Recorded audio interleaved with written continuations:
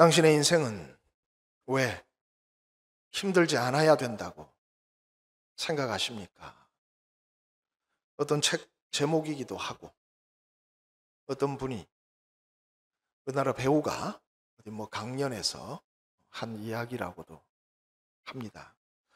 그 친구가 대학을 졸업하고 할 일도 없고 또 하고 싶은 것이 있었지만 또 자기 원하는 그런 나라에서 가서 배우는 것은 비용도 많이 들고 하니까 러시아로 공부를 하러 갔답니다. 근데 말귀도 알아들을 수가 없고 참 아무리 생각해봐도 처량하고 힘들어서 하루는 교수한테 얘기했답니다. 교수님, 제 인생은 도대체 왜 이렇게 힘듭니까? 그랬더니 그 교수가 가만히 있다가 책을 한 권 주더랍니다. 러시아 시인의 시집이었다고 하는데 거기에 당신의 인생은 왜 힘들지 않아야 된다고 생각하십니까? 그런 문구가 나온답니다.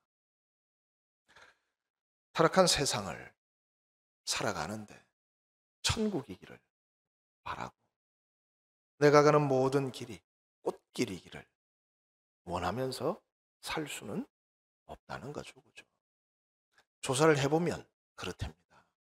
인생이 기쁘고 즐겁고 행복하고 좋아서 참 그걸로 남기고 싶은 시간은 1, 20%도 안 된답니다.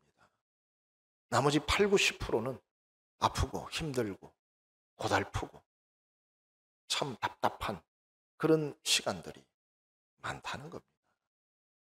그렇다고 그 안 좋은 시간들을 다 도려내버리면 내가 아닌 것이죠. 나일 수가 없는 거죠. 내 삶도 내 인생도 아니라는 겁니다. 어차피 누구나 겪어야 되는 아픔과 어려움과 고난은 있게 마련입니다.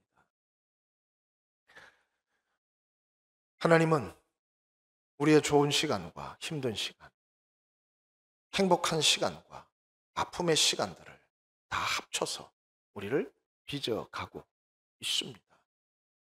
그럼에도 불구하고 하나님의 나라, 그 길로 인도해 가고 있습니다. 모든 사람들이 다 그 고난과 아픔 속에 힘들고 어려운 시간 지나가고 있습니다. 당신은 왜 당신의 인생에는 힘들지 않아야 된다고 생각하십니까? 오늘 다니엘은 감사하고 있습니다. 다니엘은 참 많은 능력과 은혜를 경험했습니다. 비록 포로로 잡혀오긴 했지만 그래도 발탁이 돼서 또 자신의 의견을 관철시켜서 하나님의 영광을 나타낼 수 있는 많은 일을 겪었습니다. 우리는 누구나 알고 있습니다. 사자의 굴에서 어떻게 지켜주셨는지, 그 새 친구를 불의 혀에서 어떻게 건져내셨는지, 그 죽음의 순간 그 꿈을 어떻게 해몽할 수 있었는지 우리는 참 다니엘의 이야기를 들으면서 힘을 얻기도 하고 우리의 믿음을 다시 세워가기도 합니다. 그러니 다니엘은 참 항상 행복했겠다. 항상 감사할 수 있는 시간이 많았겠다. 항상 즐겁고 복된 일로 가득했겠다. 아닙니다. 오늘 다니엘은 감사하고 있습니다. 정확하게는 감사의 기도를 드리고 있습니다. 상황은 그렇습니다. 다니엘이 너무 잘하니까 주변의 고관들이, 주변에 함께 일하던 총리들이 미워했습니다. 야, 저 유대인 저 친구를 왕이 왜 저렇게 총애하냐. 꼴보기 싫다. 어떻게 해든지 흠을 잡아서 거꾸로 털어야 되겠다. 무너뜨려야 되겠다. 끌어내려야 되겠다. 그래서 그들은 온갖 유혹과 온갖 모사와 온갖 모략을 다 해서 뭔가 약점을 찾고 뭔가 잘못된 점을 찾고 뭔가 실수한 것을 드러내려고 뒤지고 또 뒤졌습니다. 아무리 찾고 훑고 끌어내 봐도 험잡을 게 없었습니다. 걸만한 게 없었습니다. 어떻게 할 방도가 없었다는 겁니다. 그러다가 중지를 모아서 참 머리를 써도 어떻게 그런 일에는 잘 모아지는지 뭐 끌어모아서 생각해내기를, 야, 이 친구는 율법으로 잡지 않으면, 자신이 섬기는 하나님의 법으로 잡지 않으면 우리가 결코 어떻게 해볼 도리가 없다. 그래서 가만히 살펴보니까 매일 기도를 하는 거예요. 기도하는 걸로 잡아야 되겠다. 그래서 왕을 속여서 한 달 동안은 왕 외에 다른 누구에게도 경배하지 못하게, 그런 일이 있을 경우에는 사자굴에 던져 넣기로 도장을 찍었습니다. 참 목에다 밧줄을 걸고 당기려고 준비를 다 하고 있는데 다니엘은 그날도 그냥 그 함정으로 스스로 걸어 들어갔습니다. 그 올무에 스스로 발을 걸고 목을 갖다 댔습니다. 어떻게 그럴 수가 있을까? 상황이, 야, 사자굴에서 나왔을 때, 야, 정말 하나님 감사합니다. 또 꿈을 해몽해가지고 총리가 됐을 때, 야, 진짜 하나님 살아계십니다. 감사합니다. 할 수 있는데 대적들이 잔뜩 준비해가지고 이제는 불을 보듯 뻔한 상황이 예상되는데 그냥 당당히 오히려 그 함정에 들어가서 죽을 날을 기다리면서 오히려 하나님께 감사하고 있습니다. 어떻게 감사할 수 있을까요? 뭘 감사할 수 있을까요?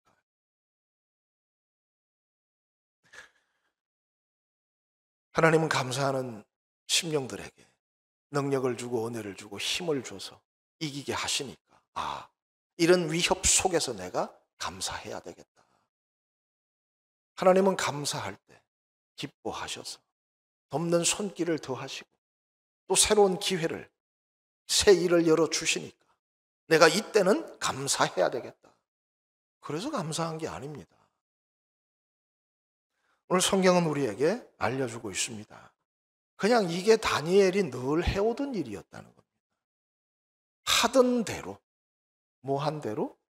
하던 대로 그냥. 다니엘은 그냥 항상 하루에 3번 감사하면서 살아온 거예요. 그의 언어는 감사였고, 그의 마음에는 감사가 쌓여 있었고, 그의 태도에는 감사가 배어 있었다는 겁니다.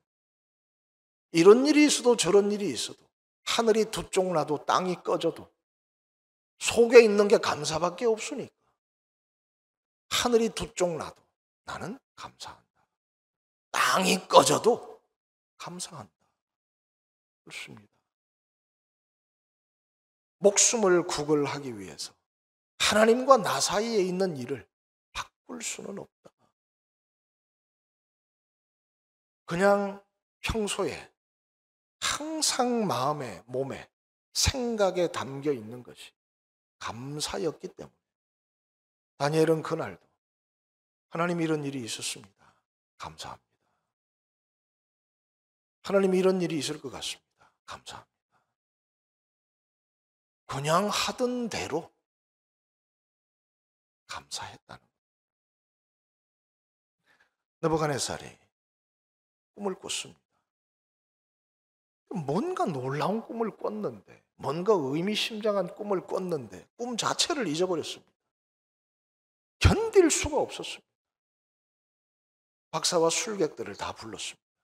내 꿈을 해몽해라. 아이고, 왕이시 알려주십시오. 까먹었다. 내가 무슨 꿈을 꿨는지 알려주고 그리고 그 꿈을 해몽해라. 세상 천지에 그런 명령은 지금까지 없었습니다. 어떤 왕도 그런 명령을 내린 적이 없습니다. 꿈을 알려주십시오. 그러면 우리가 해몽하겠습니다. 느부갓네살은 내 꿈이 뭔지 알려주고 그 다음에 해몽해라. 그렇지 않으면 너희는 다 죽는다. 육체와 관계없는 신이 아니면 그런 일을 할 수 있는 신은 없습니다. 그래서 느부갓네살은 죽여라 그랬어요. 다 죽게 생겼습니다. 다니엘과 세 친구도 죽이기 위해서 신하가 왔습니다. 다니엘이 아니 도대체 왜 그러십니까?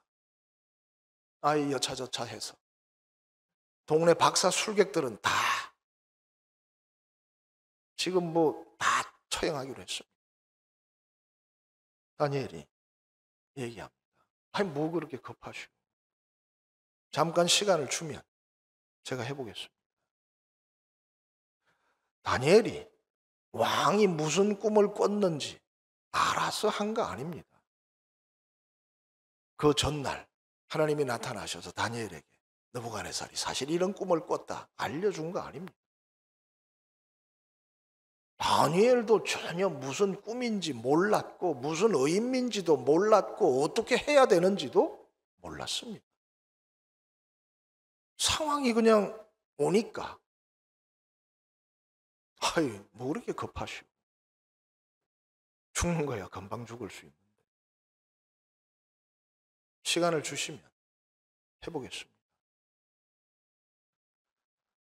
꿈을 알아서 말한 것이 아니라 하나님이 알려주실 것을 믿고 한 거죠. 그리고 새 친구에게 부탁했습니다. 하나님께 기도하자. 우리를 긍휼히 여겨달라고. 우리를 불쌍히 여겨달라고. 기도하자. 그리고 그 밤에 하나님은 알려주셨습니다. 그리고 느부갓네살에게 가서 왕이 이런 꿈을 꿨고 그 뜻은 엄밀한 것을 보이시는 하나님께서 주신 꿈입니다. 그래서 바벨론의 모든 박사와 술객들이 사실 알고 보면 다니엘 때문에 살은 겁니다. 마찬가지입니다. 왕조가 바뀌었습니다. 느부갓네살이 죽고 그 아들 벨사살이 왕이었을 때도 이게 또 아버지가 물려준 그 다니엘의 유산을 그 믿음의 현실을 알아보지 못하고 그냥 부어라 마셔라 하다가 나중엔 잔이 모자라니까 하나님의 집기까지 다 들고 와서 술을 마셨습니다.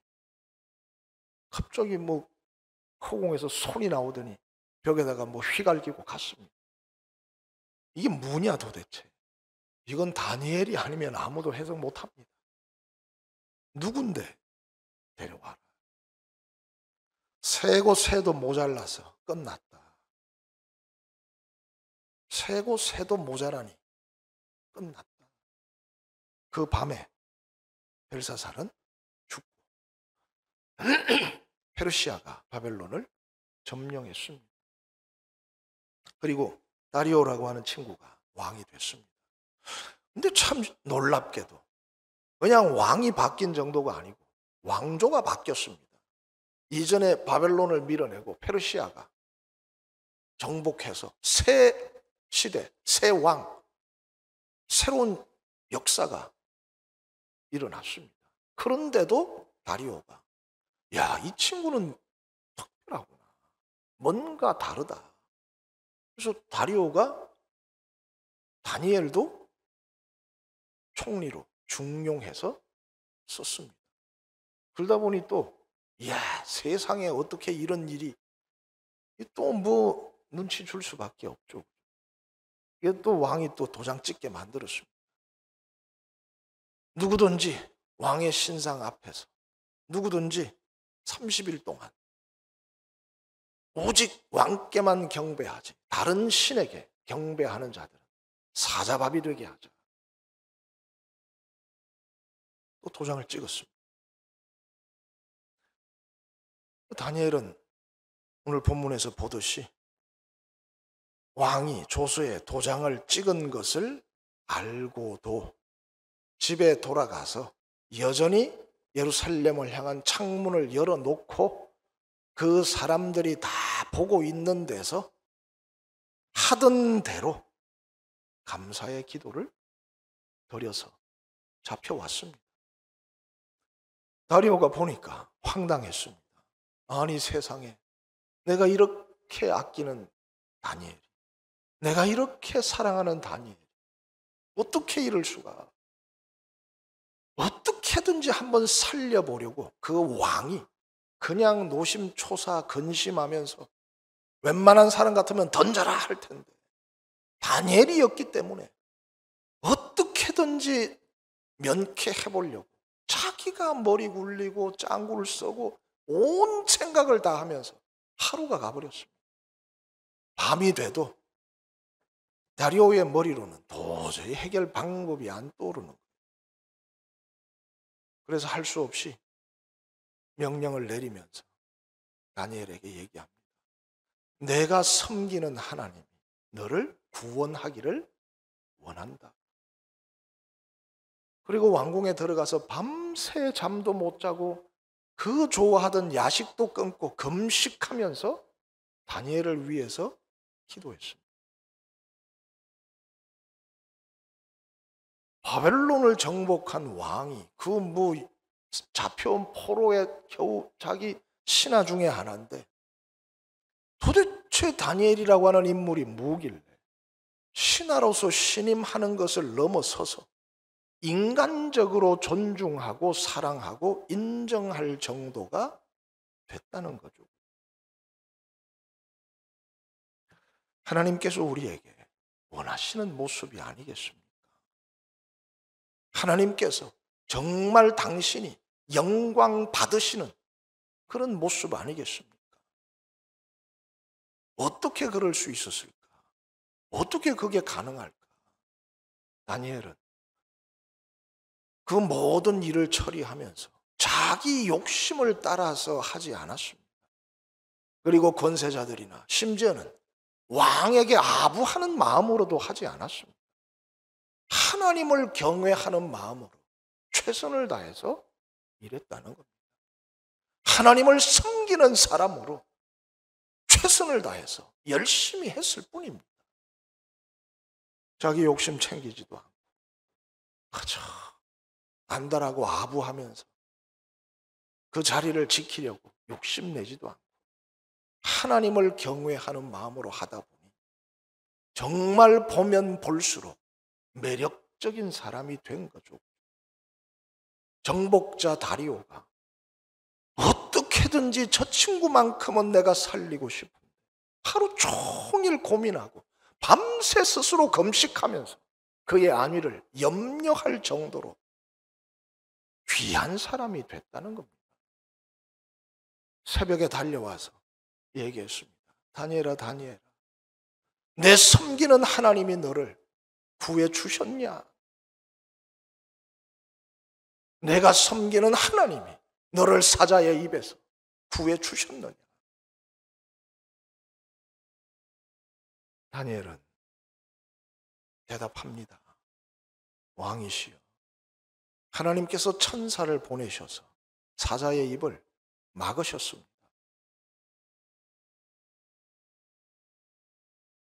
이리로 와라.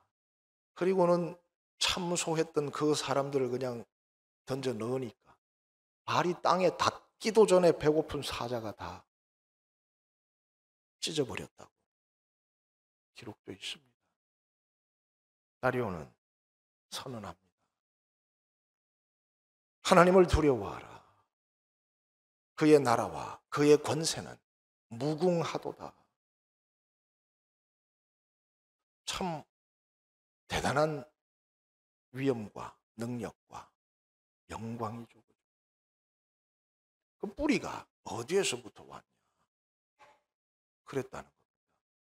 하던 대로 그냥 감사가 몸에 배어 있고 그냥 입만 열면 감사가 나오고 그 마음과 태도가 항상 하나님을 향한 감사가 쌓여 있다 보니 무엇이든 언제든 어느 때든 감사의 기도가 있었고 그것이 쌓여서 결국은 그 모든 역사와 능력이 나타났다는 거죠. 우리는 조그만 문제가 생겨도 그냥 평정심을 잃고 분노하고 원망하고 불평하고 도대체 이게 왜 저게 왜 기도가 되네 안 되네 해야 되나 말아야 되나 난리가 납니다. 종재기에 담긴 그릇이라 이건 뭐 그냥 돌 하나 던져지면 세상이 무너진 것처럼 다 없어지는 것 같고 파괴되는 것 같고 사라지는 것 같고 끝난 것 같고 바다에 떠 있으면 큰 바다에 바위가 떨어져도 그냥 풍덩하면 끝나는 겁니다. 별로 뭐 거기에 영향받지도 않죠. 제자들은 난리가 났습니다. 풍랑이 일고 바람이 불고 하니까 퍼내고 뭐 놓쳤고 힘껏 해도 도저히 방법이 없어서 배전에 주무시던 주님을 깨웠습니다. 아니 도대체 주님 이 시국에 깨어나서 어떻게 쳐다보지도 않고 편하게 잠만 자고 있습니까? 우리를 한번 돌아보지도 않습니까? 예수님 뭐 풍랑이 일든 바람이 불든 폭풍이 치든 눈 비비고 일어나서 아유 그러냐 야 잠잠해라.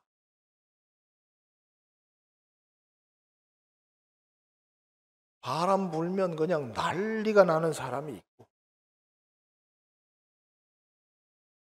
폭풍 속에서도 편안한 사람도 있다는 거예요. 하박국은 그랬습니다. 하나님 도대체 이럴 수가 있습니까? 하나님 어떻게 이러실 수가 있습니까? 세상에 저 악독한 나라가 어떻게 이 선민 이스라엘을 침입할 수 있습니까? 이런 일이 생길 수 있습니까? 우리의 강토를 예루살렘을 뭐 하도 엄청나게 기도하길래 야 바다라도 갈라지려나 불이라도 떨어지려나 지진이라도 일어나려나 도대체 어떤 기적이 나타나려나 했는데 하나님은 하박국에게 한마디 말씀하셨습니다. 나의 의인은 믿음으로 산다. 나의 의인은 믿음으로 산다. 참 믿을 수 있는 사람은 정말 복된 사람입니다. 내가 꿈을 본 것이 아니라 하나님이면 알려주실 수 있지라고 믿는 마음. 내가 사자를 이길 수 있다는 것이 아니라 그냥 나와 하나님 사이의 관계는 결코 목숨이 아까워서 구걸할 만한 그런 관계가 아니다. 그런 믿음.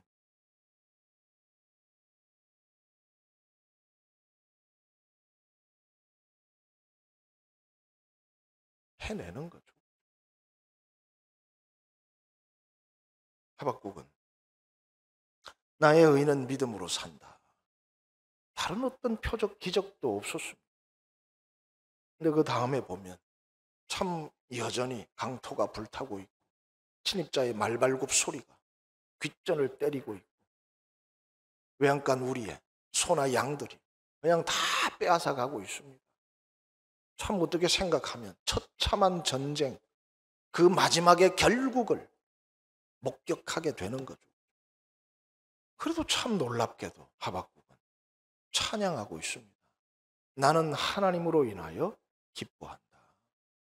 나는 하나님으로 인하여 즐거워한다. 나의 의인은 믿음으로 산다. 그 말씀을 읽는 자 복이 있다. 그 말씀을 듣는 자 복이 있다. 그 말씀을 믿는 자 복이 있다. 그 말씀을 지키는 자 복이 있다. 하나님은 모든 순간마다 모든 단계마다 우리에게 복 주시려고 하신다는 겁니다. 오늘 이 말씀을 우리가 읽는다면 복이 있습니다. 이 말씀의 능력이 우리와 함께 할 겁니다. 오늘 우리가 이 말씀을 믿는다면, 그리고 나도 할 수 있다고 받는다면 복이 있습니다. 하나님은 이 말씀의 권세가 항상 우리와 함께 할 수 있도록 도우실 겁니다. 감사라고 하는 것, 신앙의 습관입니다. 사람은 그냥 놔두면 분노하게 되고 불평하게 돼 있습니다. 그것이 이 세상을 살아가는 인간의 방식이라는 겁니다. 그래서 왜 이렇게 힘듭니까? 하면서 살아갈 수밖에 없습니다. 돌이켜 생각하면, 야, 당신의 인생은 왜 힘든 일이 없어야 한다고 생각하십니까?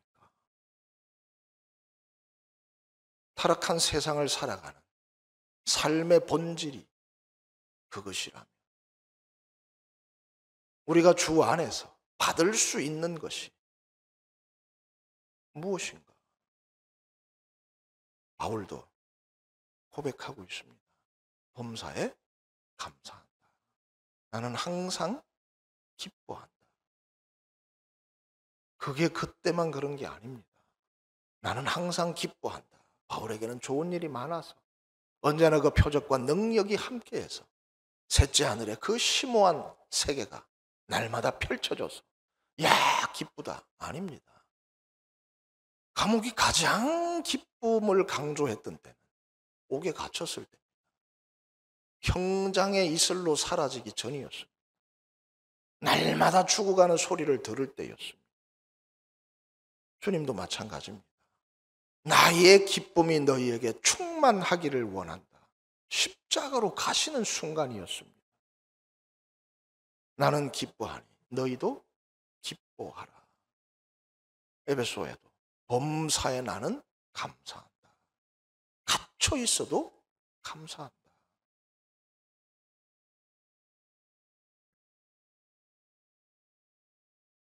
문제는 상황이 아니라 내가 어떤 사람이냐는 거죠.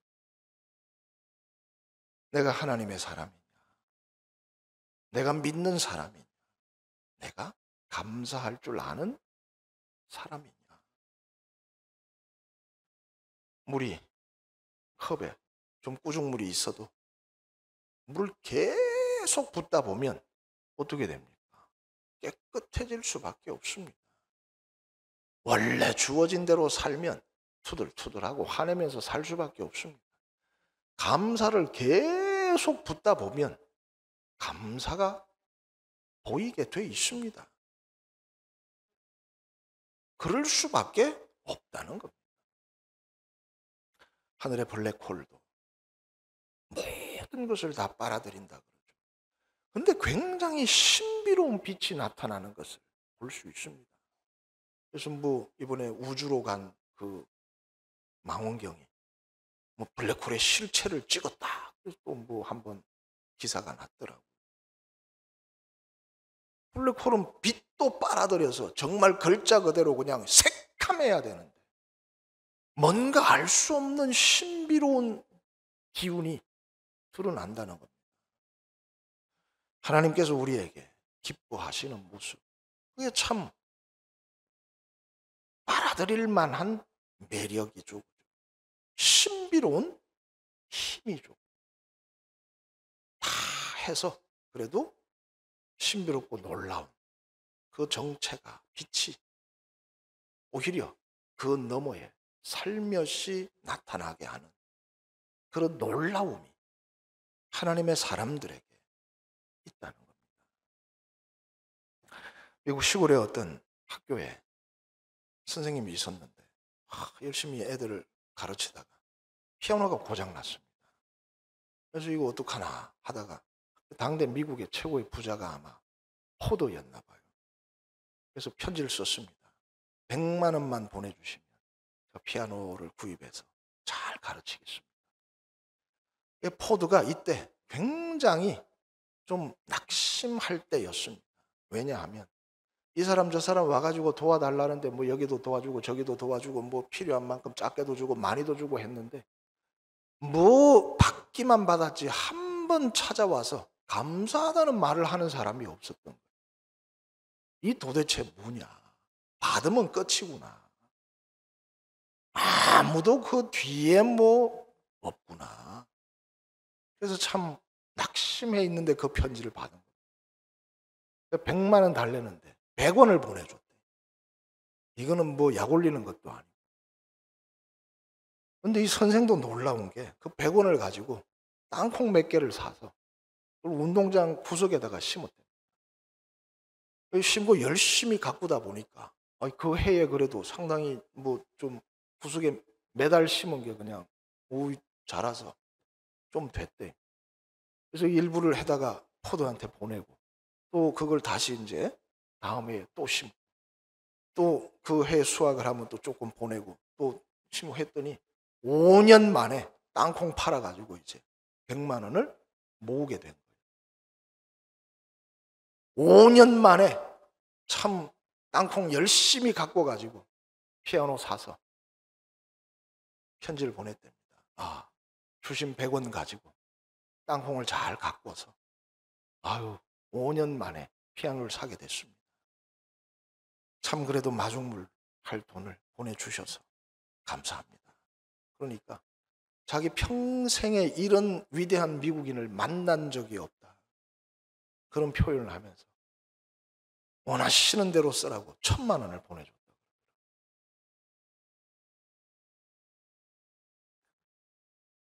감사함으로 할 수 있는 일은 참 놀라운 일을 할 수 있습니다.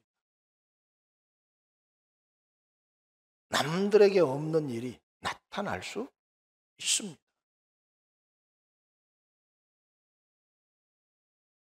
기적도, 능력도, 표적도 정말 감사하는 마음에 남다른 모습으로 세워질 수 있습니다. 우리도 할 수 있습니다. 내 인생 왜 이렇게 힘드나 물어보세요. 힘 안 든 사람 있나? 그래서 얘기하는 겁니다. 당신 인생은 왜 힘들지 않아야 된다고 생각하냐? 세상 사는 사람 다 그렇게 사는 게 이 세상이다. 그래도 우리에게는 소망이 있습니다. 그래도 우리에게는 세상이 줄 수 없는 평안이 있습니다. 그래서 우리는 감사할 수 있는 능력자라는 겁니다. 우리의 마음에, 우리의 심령에, 우리의 입술에 감사로 채워갈 수 있습니다.